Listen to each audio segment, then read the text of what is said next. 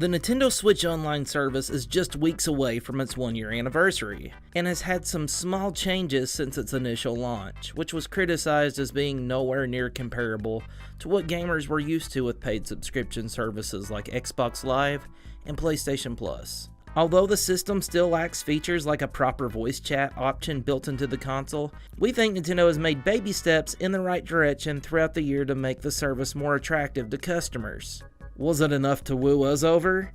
And what ideas do we have to improve the online service going into its second year? Join us here at the Weekend Moblin as we discuss the Nintendo Switch Online service. I remember reading the press release on the Nintendo Switch Online paid subscription service back in January of 2017 and thinking to myself, this thing looks bad. But maybe there's some merits here. The bad in the statement was, of course, if I wanted to continue playing Nintendo games online, that I was going to have to start paying for them. I've been playing online on their other platforms for free for years, but I knew it wouldn't last forever. Supporting games online cost money, and I was okay with the logic of that. Where they really lost me at in the press release was how Nintendo was choosing to implement their voice chat feature. Instead of the chat feature running native off the device itself, it would be handled through your cell phone. Yep, and as we know now, it's even worse than it sounds. Now, where they reeled me back in was with the perks. I love the perks that Microsoft and Sony offer. Free games, some big, some small, some old ones from their back catalogs, and even some new ones, like Rocket League, a huge hit at the time, launched on the PlayStation Plus service. As much as I've enjoyed what I've gotten from the other guys over the years, I couldn't help but to see the potential that Nintendo would have in this department, mainly in their back catalog. Imagine a Netflix-like service, but one loaded with Nintendo games from all their older platforms. I know Game Pass is a lot like this idea, but where Nintendo's been around for much longer, the legacy of games that they would offer would be ludicrous. A rotating catalog of games from their Game Boy to the Wii would be absolutely something special. It's undeniable the impact this would make with consumers. Okay, that's not what they said in their press release. What was said was that you could play NES and Super NES games free for a month. It was unclear if it was even more than one game a month at the time. It was still enough information to have fans speculating for the months to come. The feedback Nintendo got back from this was overwhelmingly positive. Nah, I'm kidding, it was an absolute disaster, and it was scheduled to release in the fall of that year. People were understandingly upset at how underwhelming Nintendo's first crack at this type of subscription service was. A few more details would be revealed shortly after, revealing the price, which was pretty cheap, sitting at $20 a year. And a couple games were revealed, with the all-time classic Super Mario Bros. 3 being promised to hit the service at launch. Despite the lower price point and Nintendo promising to support it with some of their bigger games, fans were still upset with the lackluster features. Would Nintendo even address these issues fans had taken with the service? It would be a while before Nintendo would even mention the service again, and for the most part, it was radio silence. On March 3rd, when the console launched, there was absolutely no trace of it, and Nintendo was advertising the online service as a trial run until the official launch in the autumn of that year.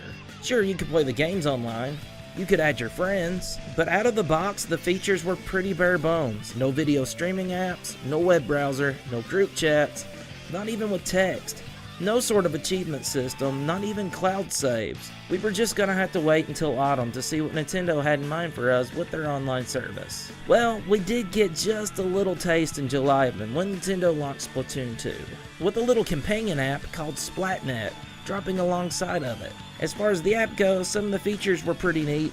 You could see what maps were in rotation, buy gear that you could pick up when you logged back onto the game, and there was even this bizarre real-world comparison feature that showed you how much ink you'd covered. I didn't even know that I wanted to know that I'd covered enough territory to fill the Great Pyramid of Giza with ink. Oh, only Nintendo. Yep, only Nintendo. Only Nintendo could screw up voice chat this bad. I mean, what was the point of it being tethered to your phone in the first place?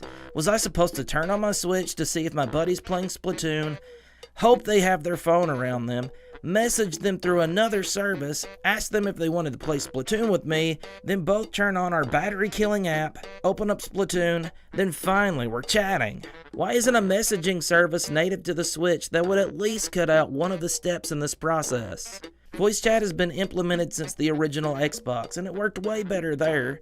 I know Nintendo likes to march to the beat of their own drum, but why be so drastically different in this aspect? You know, I'm not even that social of a gamer, but I'd like to be able to communicate with my closest friends and families that shares this hobby with me. As autumn drew closer, Nintendo became even more silent on the service, until the 11th hour when they announced a delay pushing the service back an entire year. This was a good thing. Maybe Nintendo was going back to the drawing board to appease fans who would be purchasing the service. And hey, looked like we were going to be playing games for free for another year. Nintendo kept us waiting on details for the service. We thought with each passing Direct or E3 press conference that Nintendo was going to unload new details about the Nintendo Switch Online. They waited so long to speak about this thing that I thought maybe they'd scrap their original plans entirely, and were actually going to try to build something akin to Xbox Live. Well, maybe not that ambitious, but you know, like a budget version. There wasn't even a whisper of the service until the September 13th Nintendo Direct, with the release of the service stated to be on September 18th. It's safe to assume that they weren't holding their secrets close to their chest because they were trying to surprise us. No, I think it was the opposite.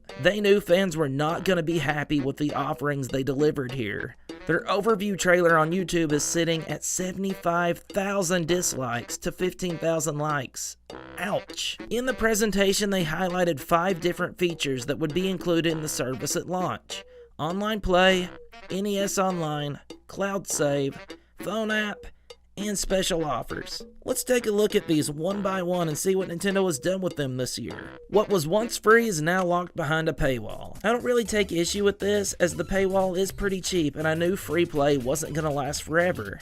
And with games like Splatoon 2 getting a constant flow of post-launch content, that had to cost money to make. Where I do take issue with this, however, is just how crappy some of these games run. Now, I do get the occasional disconnect in Splatoon 2 and Mario Kart 8, but for the most part, I've had a blast playing those games online. Some of the games I was looking forward to playing the most online has been absolutely terrible. Super Smash Bros. Ultimate was probably the first big game to have an online mode post-launch of the service, and the game was an absolute mess online. Fights in the online mode even favor a picture book at times. Don't even get me started on Super Mario Maker 2's online mode. That one depresses me so bad. The NES Online launched with the SNES portion being dropped out of the press releases altogether since the initial one. You know what though? The NES Online app was exactly what I wanted. It was basically a Netflix-like service with a pretty hefty amount of games from the NES back catalog to choose from, with new ones being added every month. Oh, and you can play them online with your friends. It's just not that exciting. NES multiplayer games are best played on the floor, in your underwear, with your first cousin at your grandma's house. Tested these games online with my friends, and after a few minutes of that, the novelty just wore off pretty quickly for me. Most importantly, it is the fact that it's just NES games on this service. I love my NES, and I bought multiple copies of these games so many times. There's my NES copy of Mario Bros. 3. It's in Super Mario Bros. All-Stars and the Super Nintendo.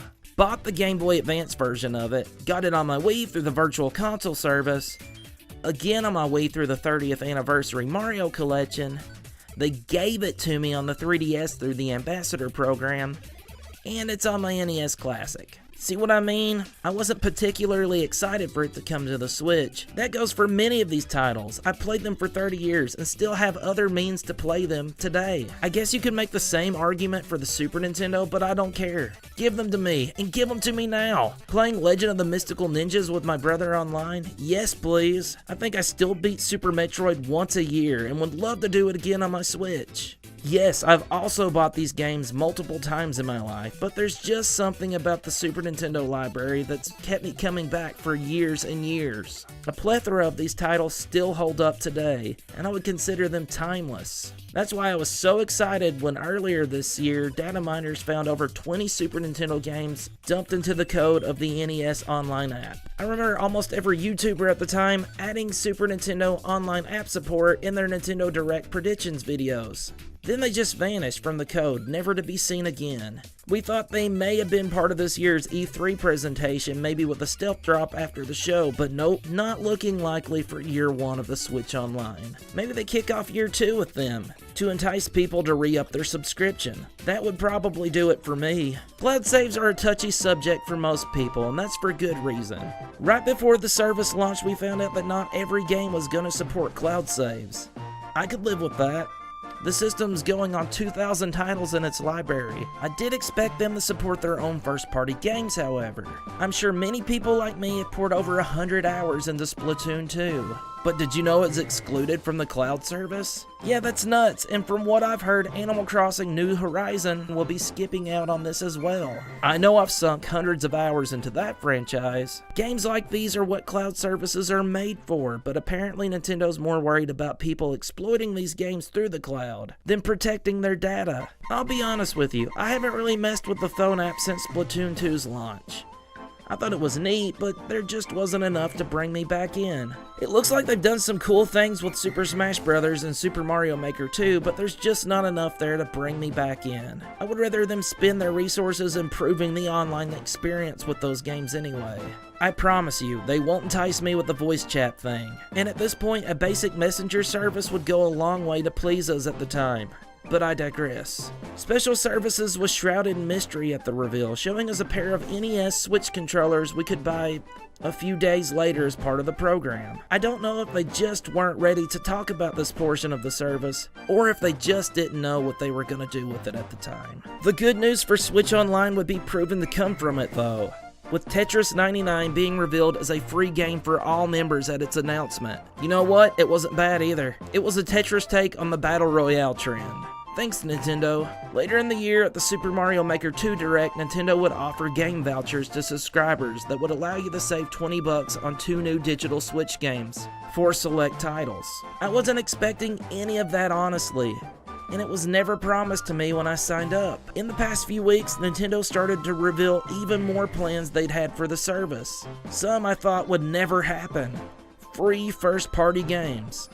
Sort of anyway. Nintendo will soon be offering trials for some of their Switch lineup, including one of my all-time favorites, Captain Toad Treasure Tracker for Japan, and in Europe, Mario Power Tennis. This could be huge going into next year, and I think if they market this right, they could bring in some new people to their service that just hasn't signed up yet. Going into year 2, we're not expecting a dramatic change to the service. No, I don't think we'll ever see voice chat on this device, and a Netflix-like service with a huge back catalog might have to wait for Nintendo's next console. I'd be surprised if we saw N64 games on the Switch, but we do think Nintendo's looking into ways to improve the service. If I was a betting man, I'd guess Super NES games are coming soon. If not soon, sometime in its second year. And we think Nintendo's going to continue to run free trial periods for some of their titles. I don't think any of their new games will be there, but hey, I've missed out on a lot of games that's come out on the Switch, and to play them for free would be awesome. What do you think year 2 for the Nintendo Switch Online will look like? And were you as disappointed with year 1 as us? Please tell us in the comment section below. And while you're at it, please like and subscribe. We would really appreciate it. And for more on Switch Online, stay tuned to the Weekend Moblin.